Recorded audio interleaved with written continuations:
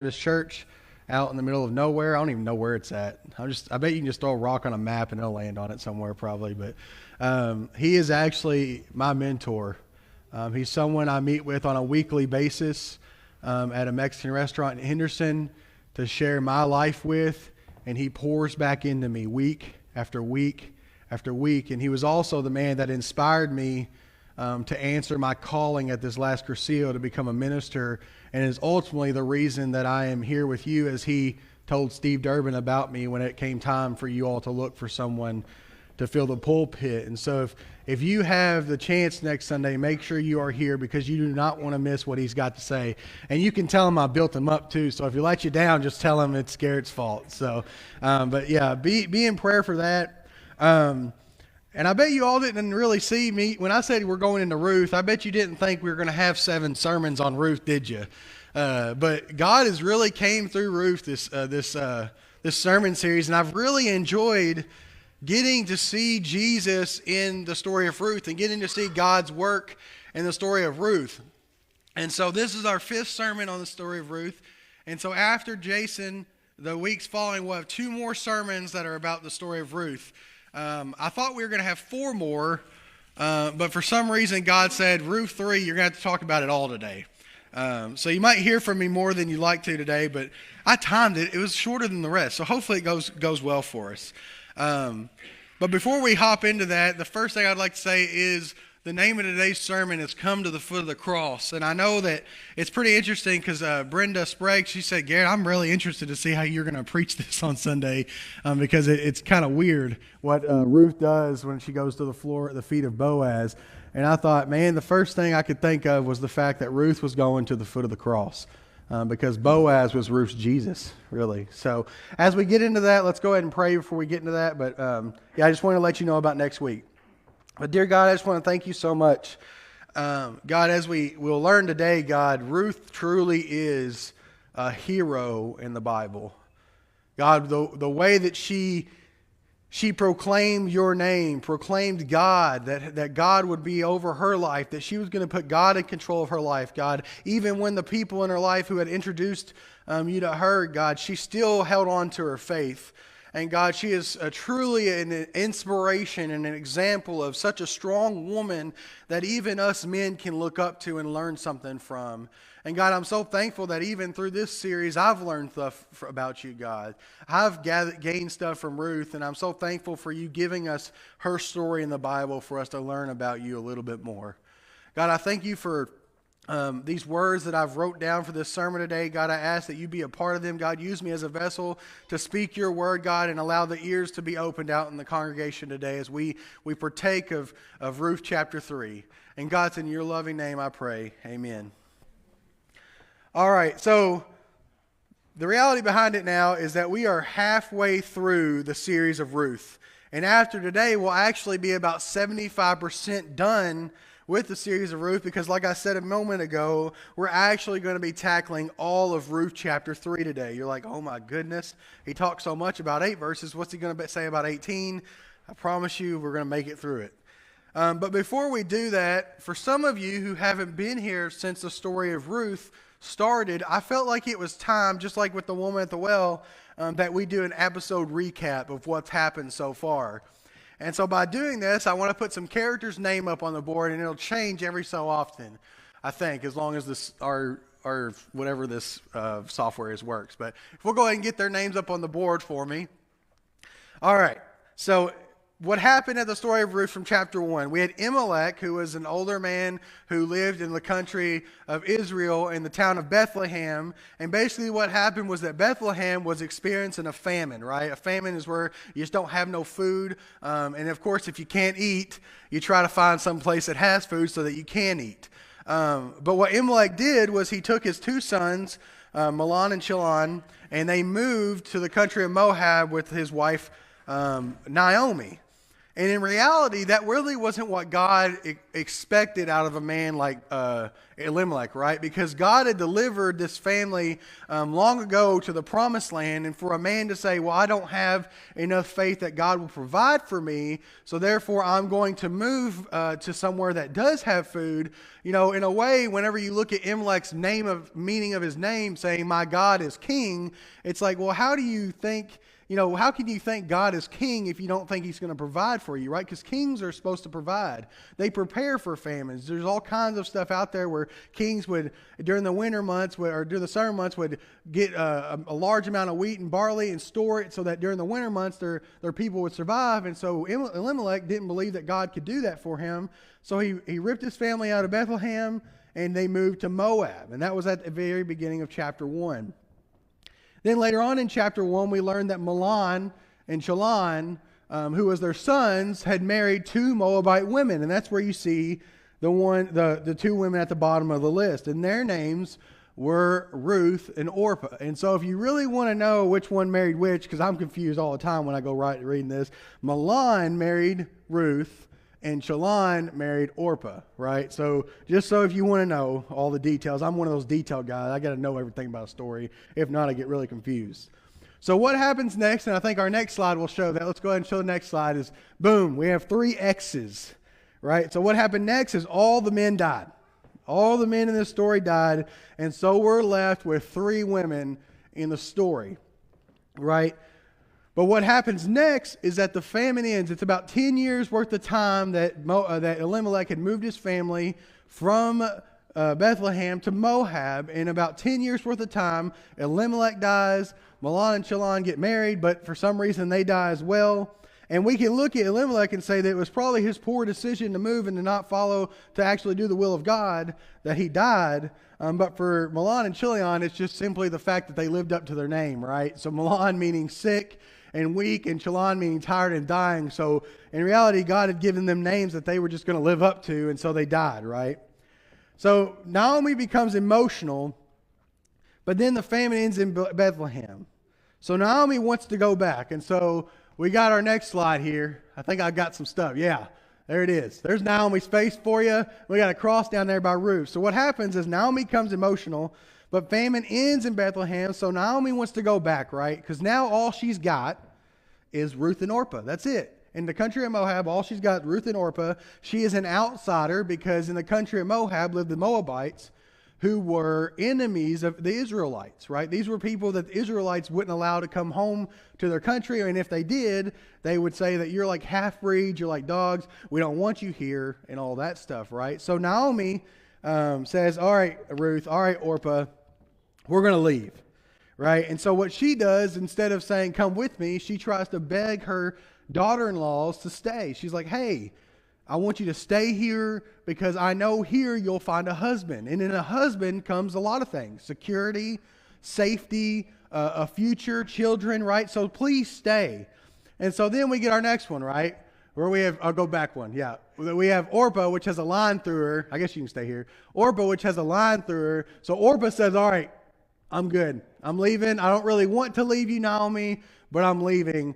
And then we have Ruth here that decides, hey, and gives a very, very, very beautiful speech about how now, you know, her people will be my people. Your God will be my God. I've abandoned all that the Moabite traditions had, right? So the Moabites were these pagan believers that didn't believe in the Christian God, sacrificed kids and all this stuff. And so Ruth says, I'm turning away from that. I'm turning away from my family. I have found peace and I have found prosperity and love here in the family of Elimelech. And so therefore, I'm going to do unlike Orpah, and I'm going to go to Bethlehem with you.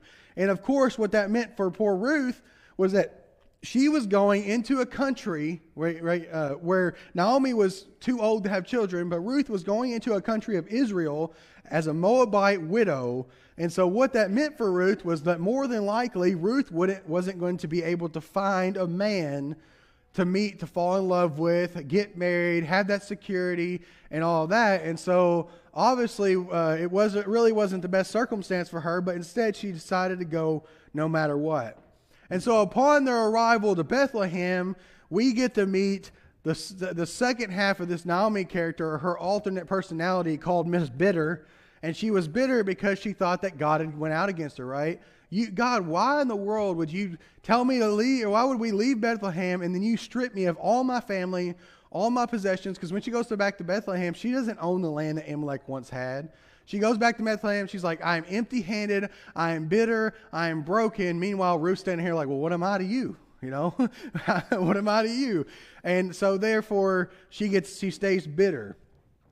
Well, that's when Ruth decides to take advantage of Bethlehem's social assistance program, right? This was a program that had been put in place for poor people to come behind the farmers as they farm their fields. And so as they farm their fields, they allowed these workers to come out and grab up the grain, right? That was a way of a farmer to show love and generosity towards a poor people and allow them to maintain their dignity as they were to pick up this grain.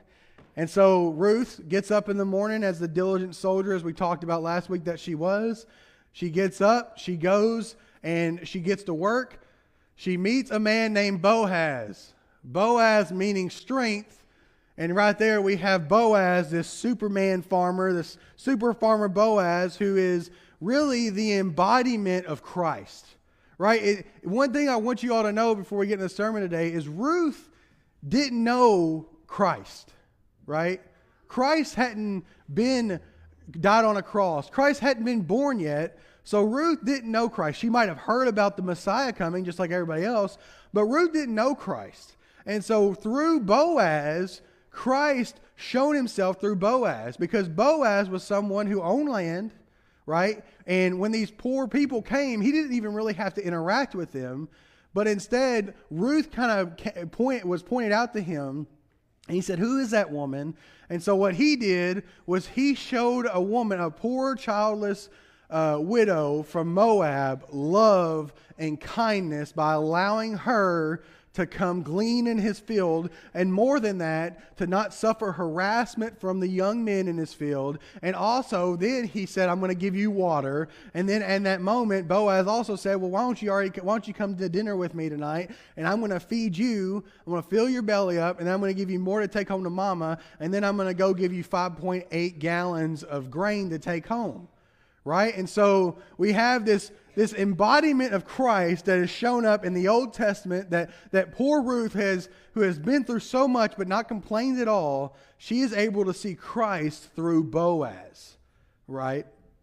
And so that's why we call him Super Farmer Boaz, because we love Boaz, right? For us, Boaz is that Hallmark man that pops up in the screen and makes this girl's troubles go away, because he starts giving her stuff and he loves on her. He tells her he's loved. They fall in love and all this stuff. And so Boaz is that person for us. And so therefore, we love Boaz. And then he invites her to dinner. And like I said, he gives her stacks on stacks of barley, right? This dude's loaded. Gives her stacks on stacks of barley. Well, then Naomi gets reminded, and that's why that's there, right? Naomi gets reminded that in that moment when Ruth walks home with 5.8 gallons of barley, and she walks in and says, hey, Mom, I brought you dinner from this man. Naomi then gets a little bit of renewing in her faith, right? She goes from Miss Bitter to turn back to Miss I Feel Blessed again. That's what I'm going to call her now, Miss I Feel Blessed again, right? She thought God had taken everything away from her, but she forgot that God is at work in the stories of everybody. That no matter what happens, regardless of how much you've been through, God is at work, right? And so we have the beginning of the story where Naomi and Ruth had lost everything by losing their men in their life. Then they go to a country where they might be outcasts except for Naomi. And Ruth, instead of being bitter about it, decides to show faith and strength and to get out there in the field. And then we have Boaz, the embodiment of Christ, that then shows the love of Christ to Ruth. And then through that love of Christ shown by Boaz, we have a bitter Naomi that then flips her switch back to I'm blessed again. And then today what we get to go into is we get to see what kind of advice does Naomi have for Ruth, as Ruth is getting to spend a little bit more time with this man named Boaz. So I'm not going to ask you to stand today because it's a little bit long, but if you will, turn with me to chapter 3 in Ruth as we read all of chapter 3. The title of chapter 3 in my Bible is Ruth's Redemption Assured. It says, Then Naomi, her mother-in-law, said to her, My daughter, shall I not seek security for you, that it may be well with you? Now Boaz, whose young women you were with, is he not our relative? In fact, he is winnowing barley tonight at the threshing floor. Therefore wash yourself and anoint yourself, put on your best garment, and go down to the threshing floor. But do not make yourself known to the man until he has finished eating and drinking. Then it shall be, when he lies down, that you shall notice the place where he lies, and you shall go in, uncover his feet, and lie down, and he will tell you what to do. And she said to her, all that you say to me I will do. Right? Ruth agreed, I'll go. So she went down to the threshing floor and did according to all that her mother-in-law had instructed her. And after Boaz had eaten and drunk, and his heart was cheerful, he went to lie down at the end of the heap of the grain. And she came softly, uncovered his feet, and lay down. Now it happened at midnight that the man was startled and turned himself, and there a woman was laying at his feet, and he said, who are you? So she answered, I am Ruth, your maidservant. Take your maidservant under your wing, for you are a close relative. Then he said, blessed are you of the Lord, my daughter, for you have shown more kindness at the end than at the beginning. And in that you did not go after the young men, whether they were rich or poor. And now, my daughter, do not fear. I will do for you all that you request, and all the people of my town know that you are a virtuous woman. Now it is true that I am a close relative. However, there is a relative closer than I. Stay this night. In the morning it shall be that if we perform the duty, if he will perform the duty of a close relative for you, good. Let him do it.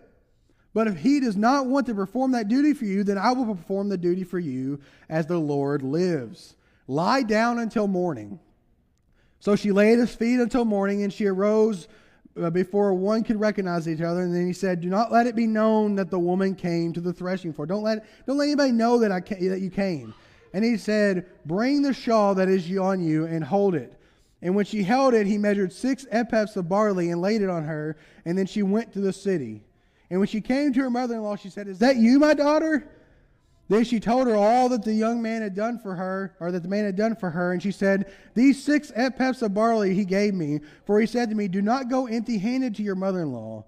And then Naomi said, sit still, my daughter, until you know how the matter will turn out, for the man will not rest until he has concluded the matter of this day.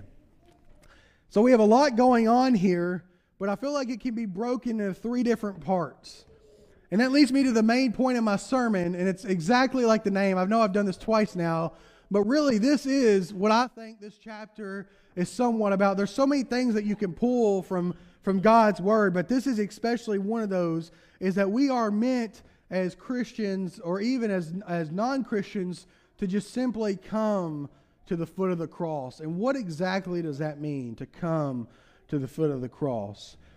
And so when we express that statement to someone, the first thing that we need to let them know is that they are pursuing something that is worthwhile. And so that leads me to my first point, pursuing something worthwhile.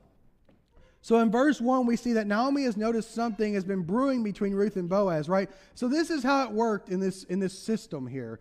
Just to give you a picture, right? The wine presses were at the bottom, which is where Naomi and them would have lived. These are where the houses were. But up on the hill is where the threshing floor was. And so the reason it was like that was because when the wind would, these men would cut the stalks and do all that, and then they would throw them up in the air, and so that the wind on the top of that hill would take all of that junk and get it out of the air, like move it out of the area, so that then you would be left with the grain and the barley and the wheat.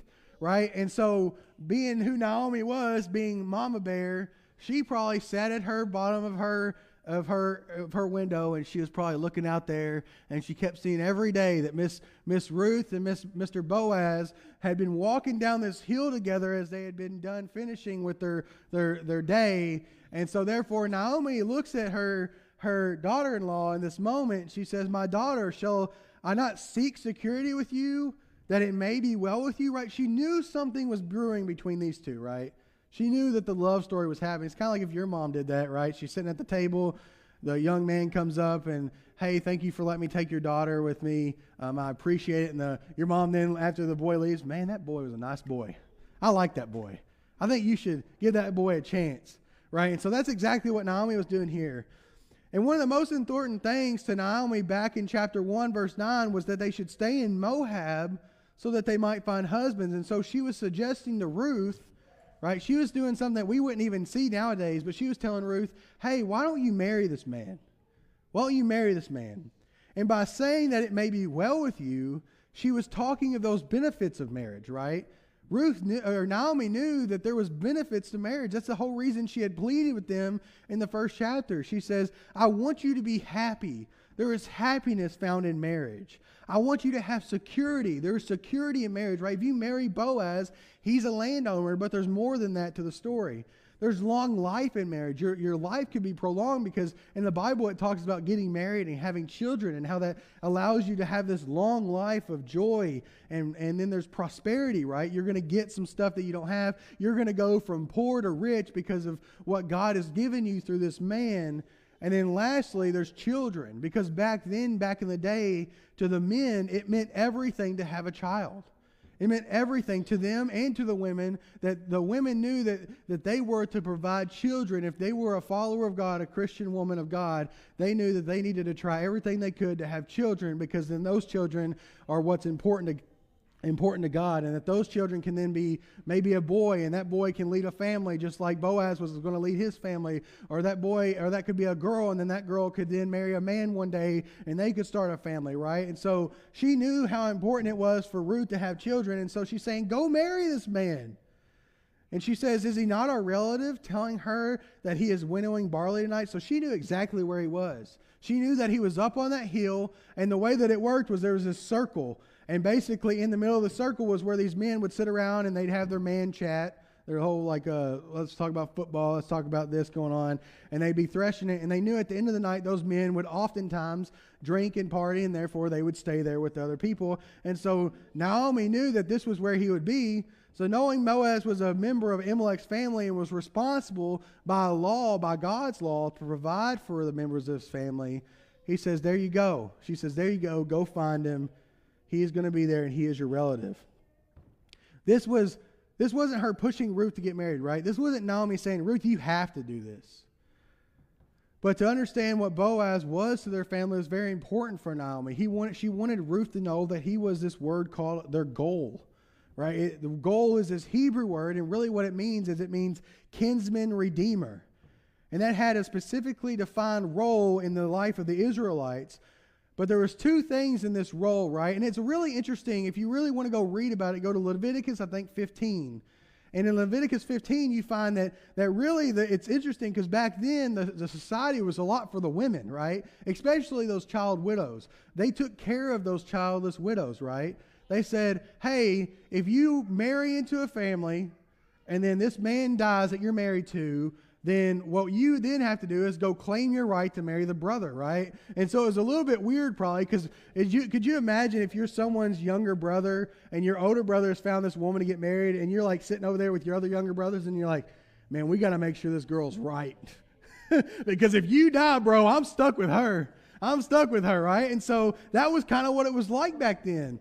And to be honest with you, it was kind of even weirder than that. So if the young man decided not to marry his brother's wife, what that woman could do is then go in front of the whole city, pull off that man's shoe and spit in his face, and that caused dishonor to this man, right? And so if he chose not to marry, it didn't matter if she was ugly, if she was annoying, it didn't matter whatever, but he had to marry her or he was going to be dishonored. And so in a way, the Israelite governor or God was really providing for these childless widows, but poor young brother if he had to marry that woman, right? But in this aspect, we are very lucky that Ruth wasn't like that. But there are two things that the kinsman redeemer that were responsible for that really could help Ruth out. The first thing is that they were responsible for carrying on the name of the man who died, right? So by Mahlon dying, God had then blessed Ruth with an opportunity to find a guy named Boaz in a field where she didn't really expect to be, right? This means that if Ruth wanted to marry him, it was his job, right? So in fact, if she went to him saying, you have to marry me, he was going to have to do it regardless of that, which we'll find out soon didn't happen. Then the next thing is that the kinsman redeemer were responsible for buying back the land of the man that had died, right? So Elimelech's land would have went to Milan. It would have went to Chilon. It would have went to Milan first since he was older. And so therefore, if Ruth marries Boaz, then Boaz can lay claim to the land of Elimelech, right? And so this means that Boaz could buy back Elimelech's land, and that had been claimed by another if he had married Ruth. And so Naomi, knowing how important that moment could be for Ruth, gave her some advice. So women, you're going to like the first three, but you're not going to like the last two. The first three pieces of advice is the first thing she said is, go wash yourself, Ruth.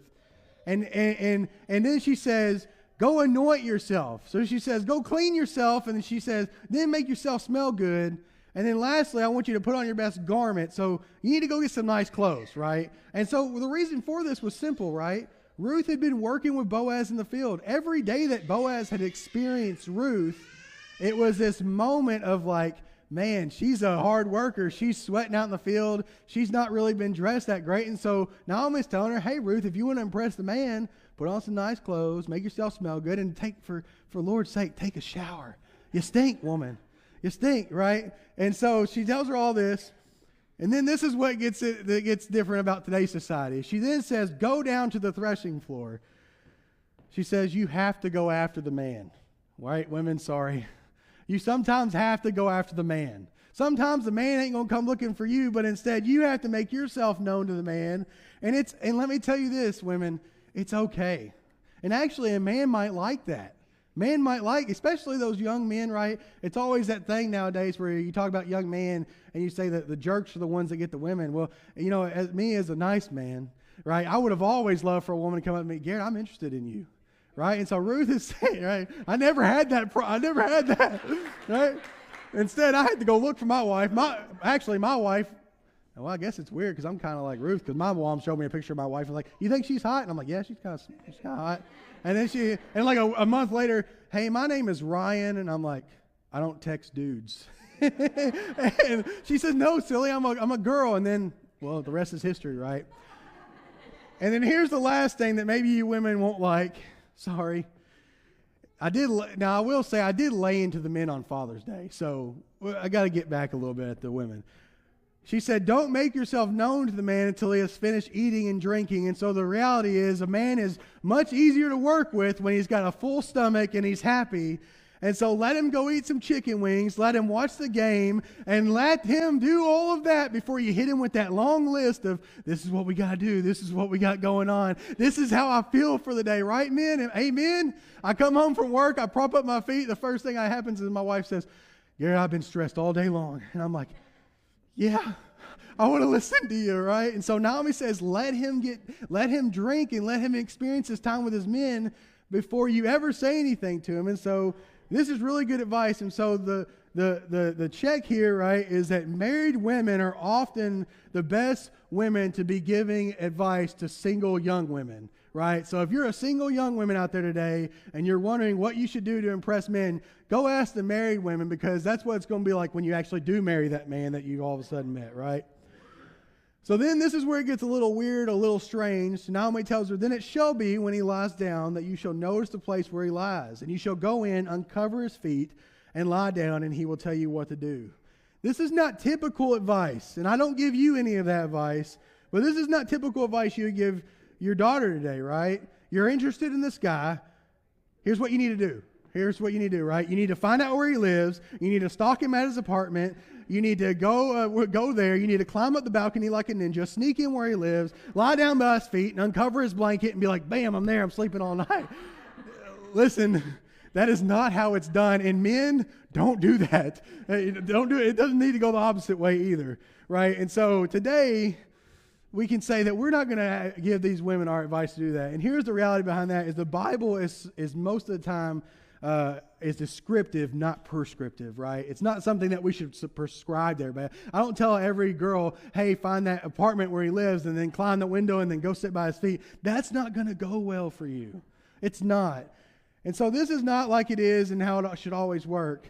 It was very common in their culture, though, back in the day, that when you lie at someone's feet, that you were showing your humility and submission. So we've had fun now. But what Ruth was doing was she was going to his feet because she was showing humility and submission. She was doing opposite of what she should have done, right? She could have been like, I claim my right to you, man, and you're going to marry me no matter what. But instead she says, I'm humbling myself and I'm submitting to you because I know what you've done for me. And regardless of how all these weird things sounded to Ruth probably, she says, all that you say to me I will do, trusting her mother-in-law knew what was best for her. And so my question for you at this first point is Christ worthwhile to you? You see, Ruth came to claim a right, and Boaz was her goal, her kinsman redeemer, and she had the right to expect him to marry her and raise up a family to keep the name of Elimelech going. But Naomi wisely counseled Ruth to not come as a victim demanding her rights, but as a humble servant trusting in the goodness of her kinsman redeemer, Boaz. She said, Boaz, I respect you, I trust you, and therefore by me laying at your feet, I place my faith into your hands. My fate is forever yours. The way that you answer here to me crying out for help, crying out for marriage, that's what's going to change my life forever. And just like her, Boaz was her redeemer, just like Jesus is ours. This week I had a good moment of getting a reality check from God. I really did. I was thinking, I was praying about this message. I was praying about my formation after this at Yes. God, what am I going to do? And I was scrolling through Facebook. I have a sit-down desk job, so I get the luxury of sometimes having Facebook pulled up. That's the reason some of y'all on the Morganfield Christian Church get a message from me in the middle of the day. Will you post this? I'm sorry. But I was scrolling through Facebook, and this ad popped up for a video or for a movie, and it's like the Christian Netflix. Have y'all ever heard of PureFlix? So this picture popped up, and the title was Strong Father, Strong Daughter, right? And I felt like in that moment I needed to watch this movie. I didn't know why, and I didn't have a PureFlix subscription. Good Lord knows I don't need another subscription. I pay like $100 in subscriptions every month. But I said, God, I know for some reason you're telling me to watch this movie. I knew it was one of those Hallmark movies, so I was like, oh goodness, this is going to be horrible. But then I text my wife, I'm like, hey babe, can I buy PureFlix for a month? Just a month. I said, that's all I need it for, but I got to watch this movie. And so, like I said, I get the luxury sometimes of sitting there at my desk and having a third screen up. I actually have 4 screens, but I have the third screen up right there. And I pull this movie up, Strong Father and Strong Daughter. And so this movie was a movie about a father that had all kinds of money. And he had wanted to promote his daughter at this company up to this position of executive, like chief officer or something like that, something weird, financial person. And she then, in the middle of everybody, she says, I'm getting married, Dad. And he's like, what? What is going on? And I'm sitting here thinking like, man, this is the moment where God tells you that, Garrett, you now have a daughter, so this movie's going to mean something different to you than it did 10 years ago when you didn't have a daughter, right? And so this movie's about this man constantly looking at this new boy in his life, right? He's never had a son, so he don't know how to react. But this young man is a Christian, and he's serving in the same church that his parents run, and they speak Spanish, and the whole thing in the movie is this young lady who had a big future, who had a MBA and all this stuff, is now falling in love with this young man that works at this church, and now they want to move off to some country, I think Brazil or South America or something like that, and she's going to and the dad sees it, and she's going to throw everything away for this young man, right? Everything away is going to be thrown away for this young man. And I was thinking as I was watching that, I was like, how would I react if I was that young woman's dad? Right? And the same question I had for myself is, how would I react if I was Ruth's father in this moment? Right? If I was Ruth's father and she came home the first day, just like she did with Naomi, came home the first day, she had 5.8 gallons of barley. I'm starving. We're all starving. I think that God had went out against me, just like this man in this movie. He didn't know God. He didn't know what all God had in store. He didn't trust God's provision. He didn't trust God's providence. But he said, you're making the wrong decision. The question is, would I have done that? Right? Knowing what I know now, because at the end of the movie, you know what happens? Everybody knows what happens, right?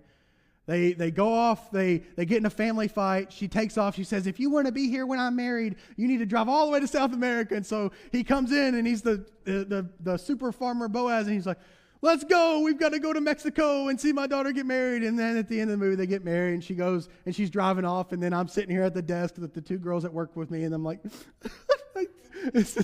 And I'm thinking, oh my goodness. And so I asked myself, what would I tell my children to do knowing what Christ has done for me? What would I do? Right? Boaz was like Christ. And for me, Christ is Christ. Christ is loving. Christ is kind. Christ is the guy that decided to lower himself to be a human, to come here and die for me. And so therefore, when I tell my kids, what would I do? What would I have you do? I say, go. Chase after Christ. Be like Ruth. If this is who you need to give your life to, if this is who you need to surrender to, Ruth, you run to Boaz because that's who you need to be with. And for my children, run to Christ. Run to Christ because he is worthwhile. You see, and same thing that we must do, that our children must do, we must humble ourselves, submitting to Christ.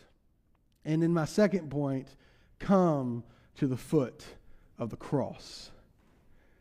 You see, in verse 6, Ruth did according to all that her mother-in-law had instructed her. It says, and after Boaz had eaten and drank, and his heart was cheerful, he went to lie down at the end of the heap of the grain, right? They're up there in this circle. He's lying down on the grain. They put their feet facing outwards. It was a circle in the middle. They laid down, feet facing outwards, so someone could sneak in. I'm giving you a little thing there that you can visualize, I hope. If not, it's just a jumbled mess. Just know he's going to uncover her feet, or she's going to uncover his feet, right?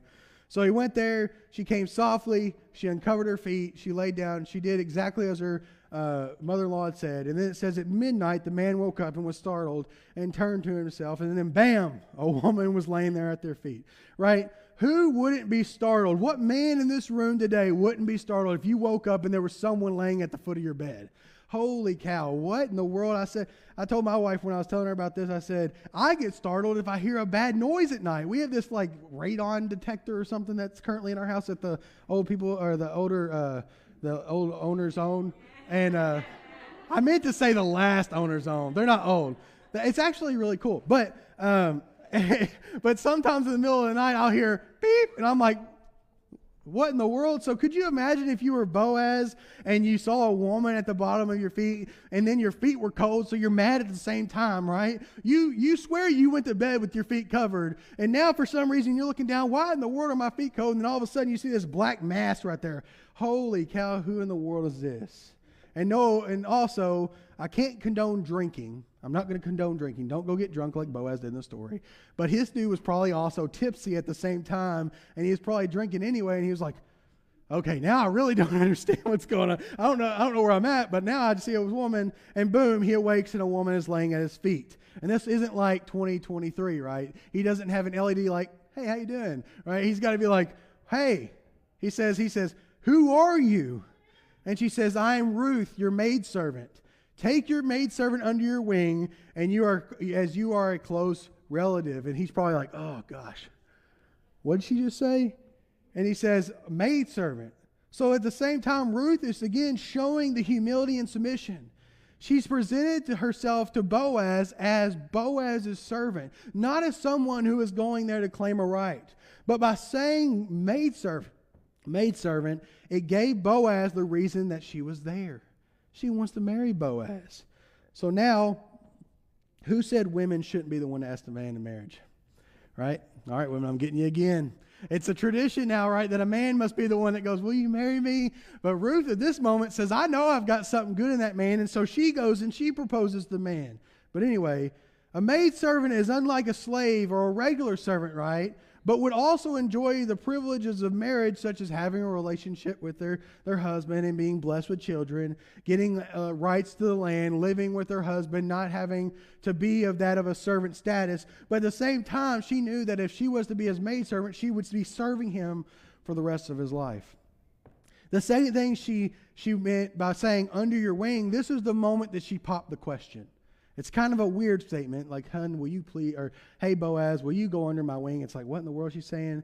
But under your wing can also be translated as spread the corner of your garment over me. This was culturally relevant. She's saying, I'm the widow. I'm the widow. Please take me as your wife.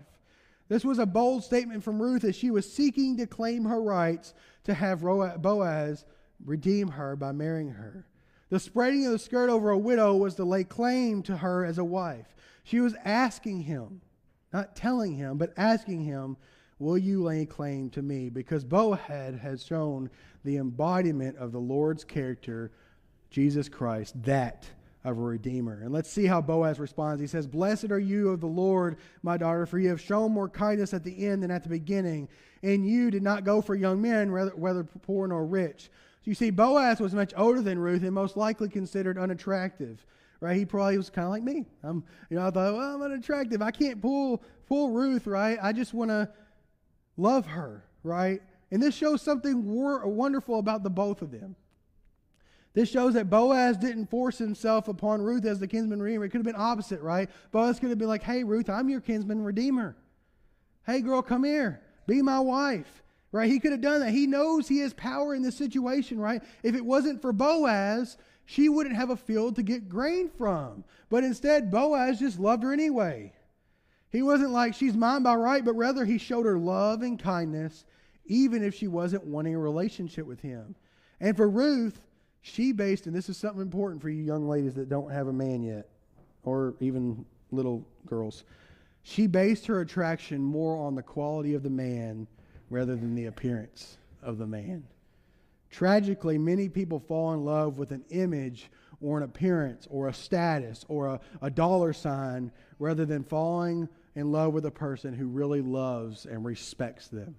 So therefore, we can learn from Ruth in that situation. And so he tells her, my daughter, do not fear. I will do for you all that you request, for all the people of my town know that you're a virtuous woman. Here in a minute will we reveal a problem that's at hand. But before that, he does not want her to know that he wants her to know, I would love to marry you, Ruth. I would love to marry you, Ruth. Right after this, he lets her know that he's attracted to her because of her character. Ruth, who you have been over these last couple of months, has been someone that I have came to love. Right? You are a strong woman. You are a beautiful woman. He calls her this word. He calls her a Hayil woman in the Hebrew. The basic meaning strength, moral strength, good quality, good character, good integrity, and virtue. Right? He knows who Ruth is. And he knows what this word means. This word is the same word used for heroes in the Bible. A mighty man of valor like Gideon was called this word. And just as courage and strength makes a hero, so Ruth's courage and strength shown in her virtue makes her a hero of the Bible as well. And for Boaz, he sees that.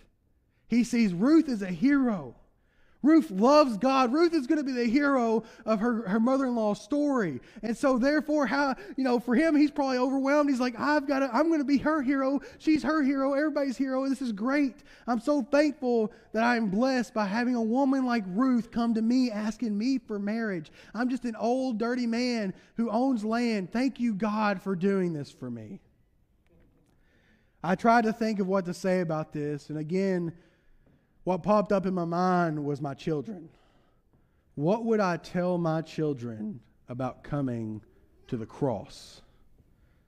For me, coming to the cross happened on my Yes Weekend. We already know that because some of you were here for my testimony. But my dad had died a couple of months before I came to my Yes Weekend. And so therefore, I was in a very, very bad state, right? I grew up in church. Yes, I was filling his pulpit for a little while as a young 16-year-old man because God allowed me to do that. But I was really in this bad state that at this moment in my life, the people that God had put as a rock in my life, the shepherd of my home, the leader of my house, had passed away, and my mom was left destitute with about under half the income that she had before, and she was going to be raising 2 young twins and a young daughter that was younger and wild and free. Hope if you see this. And so I asked myself in that moment, as I was thinking about this week, I came to that cross on Friday night at that Yes Weekend. I came to it, and as I nailed my stuff on that cross, my sin, my shame, my everything, I thought, what in the world could I tell my kids about the cross and coming to the cross and releasing everything? And that's exactly what I would think. I thought, as you get on your knees, right, as you humble yourself before the feet of Christ, and as you're sitting there and you're broken and you're looking up the cross, right? And you see it, you imagine it. You look at the cross and you see Jesus up there and he's hanging and he's dying because of what you've done. All you can really do is release it all to him. Give it to Jesus at the foot of the cross. Come to the foot of the cross. Right in front of you is exactly what you need to have a life, to sustain life, to be blessed, to become perfect. Stop trying to be perfect, my son and daughter. My sons and daughters. Stop trying to be perfect. You weren't meant to be perfect. God knew that when sin entered the world in Genesis, that the world would be full of imperfect people. And so what He did was right in front of you, as you're looking up that cross, He sent that man that was hanging on that cross to show you what perfection will look like. And so therefore, every day, son and daughter, allow yourself to be humbled at the foot of the cross, looking up at what perfection looks like, and strive for what that perfection is. Every day, wake up and serve your God. Serve your God. Humble yourself at the cross and live for Christ and strive to be exactly what He is. Strive to be just like Boaz was for Ruth. Strive to be the embodiment of Christ in your community, or even to the woman that you're going to marry someday, or the man that you will marry. And it's important for us to realize that, because here at the end of the chapter, we find out that they have a potential problem. That there is a potential problem. And so therefore, what the cross does, it allows us to overcome our potential problem. So now at the end of chapter 3, Boaz lets her know of a potential problem. That there's a relative closer than I, right? There's an opportunity here, Ruth. I love you. I do want to spend the rest of my life with you. But there's an opportunity that might not happen. But he says, stay the night, and in the morning, if he won't marry you, I'll marry you. I'll marry you, Ruth. And so he tells her to lie down till morning. You see, Boaz was a man of honor, respect, integrity. And so he respected the tradition that God had placed in the lives of the Israelite people. Boaz wasn't going to take what he wanted. He knew that God had a reason for what was going to happen. And so therefore he knew that he needed her to lie there, and he needed her to wake up in the morning, go, don't tell anyone about this, and I'm going to be the one that delivers this news to the man.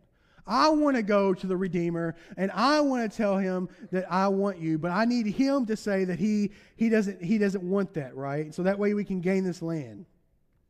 And so we see Ruth stayed the night, right? Boaz had just done exactly what he told her. He just honored his character. He said, I'm going to do God's will, God's way, not on his own way. So then Ruth stayed the night, and then they woken up. Boaz said, do not let it be known that you came to the threshing floor. It was just that Boaz didn't want this near kinsman to learn that Ruth was demanding her right to marriage Boaz, right? That would kind of be why would I marry this woman, right? If she's coming to somebody else be married. So he was like, I need to do this because of my respect for this other person, because of my honor, my integrity, my love for God. I need to honor what God has got here for me to do. He didn't want to send her home empty-handed, though, right? We know Boaz, super farmer Boaz. He knows he sends people home. He doesn't do it empty-handed. You see, Boaz was a proper gentleman.